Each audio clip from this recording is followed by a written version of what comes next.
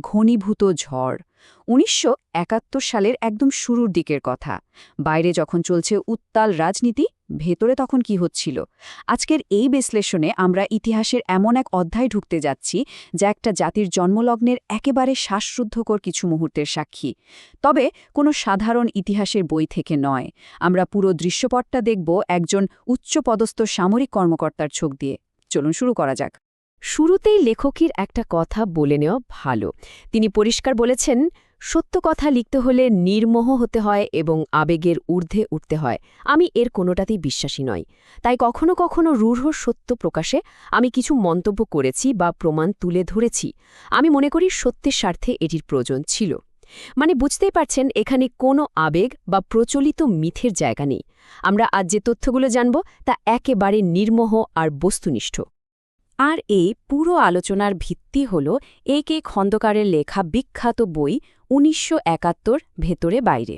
তিনি ছিলেন বাংলাদেশ সশস্ত্র বাহিনীর ডেপুটি চিফ অফ স্টাফ।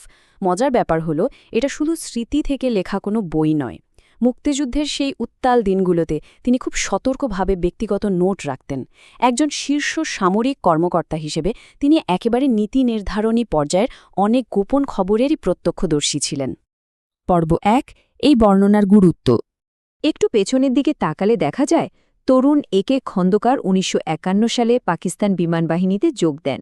আর ঠিক পরের বছর মানে ১৯৫২ সালেই তিনি ফাইটার পাইলট হিসেবে কমিশন পান। বয়সে তরুণ হলেও খুব অল্প সময়ের মধ্যেই তিনি নিজের দক্ষতা আর একাগ্রতার প্রমাণ দিয়েছিলেন। আর এই দীর্ঘ ক্যারিয়ারের কারণে তিনি সামরিক বাহিনীর একেবারে ভেতরের খবরগুলো জানার সুযোগ পেয়েছিলেন। ১৯৫২ সালে কমিশন পাওয়ার পর সামরিক বাহিনীতে তার উত্থানটা ছিল বেশ চোখে পড়ার মতো। ১৯৬০ সালে স্কোয়াড্রন লিডার, ১৯৬৬ সালে উইং কমান্ডার, আর সবচেয়ে গুরুত্বপূর্ণ বিষয়টা ঘটে ১৯৬৯ সালে। সেই সময় তিনি গ্রুপ ক্যাপ্টেন পদে উন্নীত হন এবং পাকিস্তান বিমান বাহিনীর ফ্লাইং বোর্ডের প্রেসিডেন্ট হিসাবে দায়িত্ব পান। এটা কিন্তু যেমন তেমন কোনো পদ ছিল না। নতুন স্টেশন কোথায় হবে, রাডার বা নতুন অস্ত্রের কার্যকারিতা পরীক্ষা করা, এরকম অত্যন্ত সংবেদনশীল আর কৌশলগত সব দায়িত্ব ছিল তার কাঁধে। এই সময়টায় একটা অদ্ভুত বৈপরীত্য তৈরি হয়। একদিকে তিনি পাকিস্তান বিমান বাহিনীর একদম এলিট লেভেলের একজন কর্মকর্তা, ভাবা যায়। তিনি ছিলেন চিফ ইনস্ট্রুমেন্ট ফ্লাইং এক্সামিনার।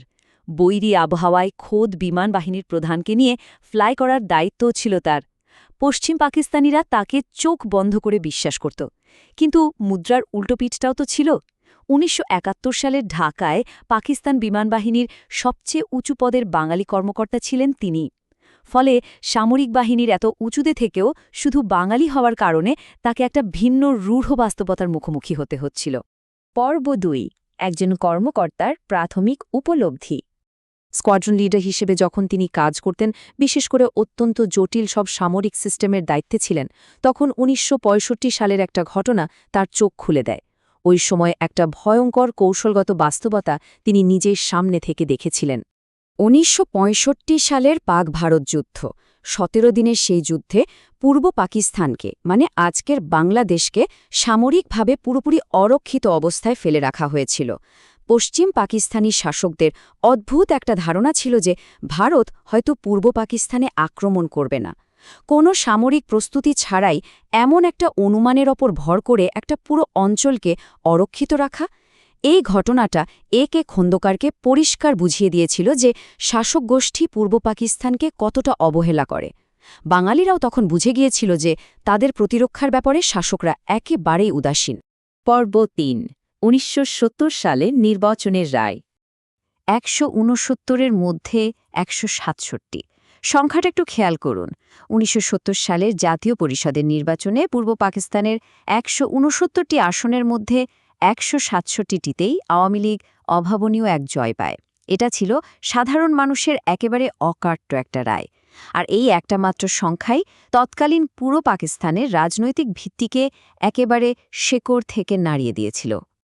এখানে গোয়েন্দাদের ব্যর্থতা ছিল দেখার মতো। প্রেসিডেন্ট ইয়াহিয়া খানকে সামরিক গোয়েন্দা সংস্থাগুলো সম্পূর্ণ ভুল বুঝিয়েছিল। তারা বলেছিল নির্বাচনে ভোট ভাগাভাগি হয়ে যাবে, কেউ একক সংখ্যাগরিষ্ঠতা পাবে না, ফলে সামরিক জান্তাই আরামে ক্ষমতায় টিকে থাকবে। কিন্তু বাস্তবতা হলো ঠিক উল্টো। আওয়ামী লীগের এই বিশাল সংখ্যাগরিষ্ঠতা দেখে সামরিক শাসক আর গোয়েন্দারা পুরোপুরি হতভম্ব হয়ে পড়ে। তাদের সব হিসাব নিকাশ এক নিমিষেই পাল্টে যায়। আর এই আতঙ্ক থেকেই শুরু হয় আসল ষড়যন্ত্র। 14 জানুয়ারি প্রেসিডেন্ট ইয়াহিয়া খান ঢাকায় এসে বঙ্গবন্ধু শেখ মুজিবুর রহমানকে প্রকাশ্যে দেশের ভবিষ্যৎ প্রধানমন্ত্রী বলে ঘোষণা দেন। মনে হচ্ছিল সব ঠিকঠাক, কিন্তু মাত্র 3 দিন পর 17 জানুয়ারি পাখি শিকারের নাম করে তিনি গোপনে পশ্চিম পাকিস্তানের লারকানায় জুলফিকার আলী ভুট্টোর বাড়িতে যান। সেখানে জেনারেল হামিদ, পীরজাদা আর গুল হাসানের মতো শীর্ষ সামরিক কর্মকর্তারাও হাজির হন। বাইরে ক্ষমতা হস্তান্তরের মিষ্টি কথা বললেও ভেতরে ভেতরে তারা ছক্কস ছিলেন কিভাবে আওয়ামী লীগকে ক্ষমতার বাইরে রাখা যায়। সত্যি এক চরম রাজনৈতিক প্রতারণা। পর্ব 4, গোপন সামরিক প্রস্তুতি। ফেব্রুয়ারির মাঝামাঝি সময় শুরু হলো পূর্ব পাকিস্তানে গোপনে সৈন্য আনা।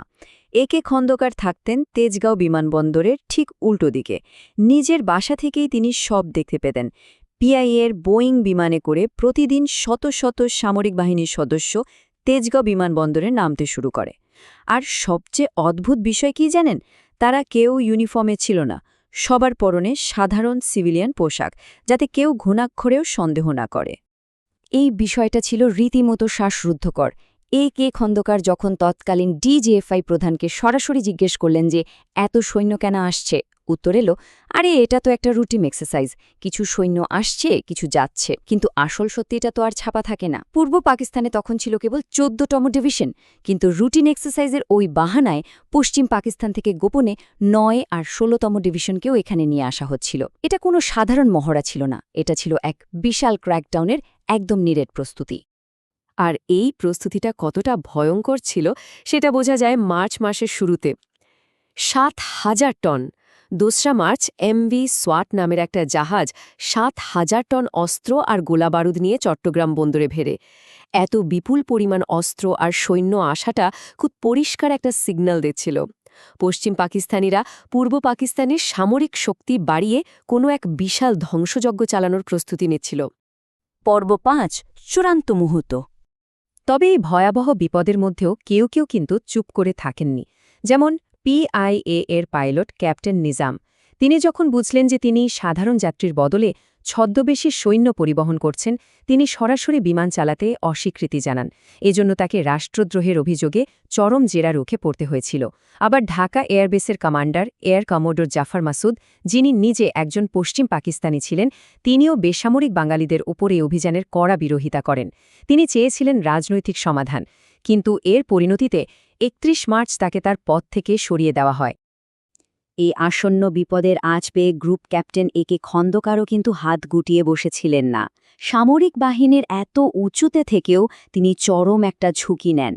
স্ত্রীর পরিবারের নেটওয়ার্ক কাজে লাগিয়ে পশ্চিম পাকিস্তান থেকে আসা এই বিপুল সৈন্য আর অস্ত্রের গোপন খবর তিনি সরাসরি পৌঁছে দিতে শুরু করেন আওয়ামী লীগের নেতাদের কাছে। কারণ তিনি বুঝতে পেরেছিলেন রাজনৈতিক নেতাদের এই ভয়াবহ সামরিক প্রস্তুতি সম্পর্কে সতর্ক করাটা তখন জীবন মরণের প্রশ্ন। আমরা একদম শেষ পর্যায়ে চলে এসেছি। একবার ভাবুন তো, একদিকে রাজনৈতিকভাবে ক্ষমতা হস্তান্তরের মিথ্যা আশ্বাস আর আলোচনা চলছে, আর অন্যদিকে প্রতিদিন হাজার হাজার সৈন্য আর টন টন অস্ত্র দেশে ঢুকছে। এমন একটা দমবন্ধ করা পরিস্থিতিতে 1971 সালের মার্চের সেই দিনগুলোতে ধ্বংসাত্মক একটা যুদ্ধের আগে এই মিথ্যার নাটক আর কতদিন টিকতে পারত? এই শ্বাসরুদ্ধকর সামরিক প্রস্তুতি কিন্তু শেষ পর্যন্ত পূর্ব পাকিস্তানকে ঠেলে দিয়েছিল একটা রক্তক্ষয়ী আর অনিবার্য মুক্তিযুদ্ধের দিকে। সামরিক বাহিনীর একেবারে ভেতর থেকে দেখা এই বিবরণ আমাদের সামনে সেই ইতিহাসের এক অমুক সত্যই তুলে ধরে। আজকের এই বিশ্লেষণ এখানেই শেষ করছি, তবে এই প্রশ্নটা কিন্তু ইতিহাসের পাতায় সব সময়ের জন্যই রয়ে যাবে।